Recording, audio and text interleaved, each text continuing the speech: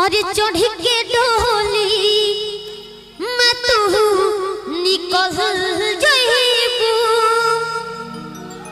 चढ़ के डोली मैं तू निकल जाइबू, पियवा के प्यार में पिघल जाइबू, पियवा के प्यार में पिघल जाइबू।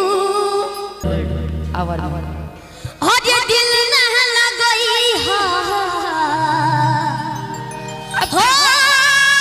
गोरिया रे, कि दिल न लगई हो अब फिर जानी आई हा अरमान दया बुझा जा जा जा भूला जाई हा। आप सबके लिए बोलना है क्योंकि हम दोनों तो स्टेज पे मिल ही रहे हैं। अब अरमान दिल न लगई हो नहीं, आप लोग को कैसे भी नहीं भूल सकते।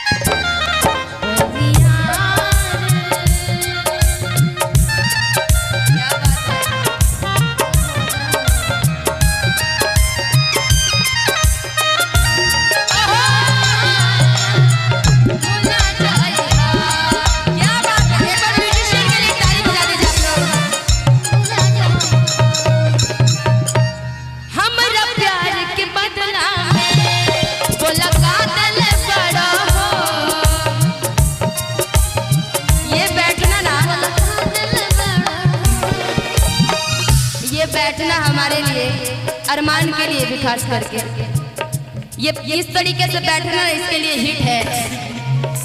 ऐसे तो हमारी जोड़ी आप लोगों ने देखा होगा बहुत सारे के साथ में हमारा स्टेज प्रोग्राम है, लेकिन अभी नया जोड़ी हमारा और अरमान का आप लोग देख रहे हैं। ये भोजपुरी में हम लोगों ने मतलब मैंने कुछ अलग किया। ऐसे हर स्टेज पे लड़के लड़की सिंगर जरूर होते थे मेल फीमेल, लेकिन दुगोला मुकाबला लड़कों लड़की का एक साथ गाने का मुकाबला मैंने ही किया है। ये शुरुआत चाहे आज हर स्टेज पे मैं रहूं या ना रहूं, कोई भी लड़की हो तो हर जनता चाहता है कि कोई भी जेंट्स सिंगर है तो चाहता है कि वो लेडी सिंगर है उनको साथ में गवाया जाए।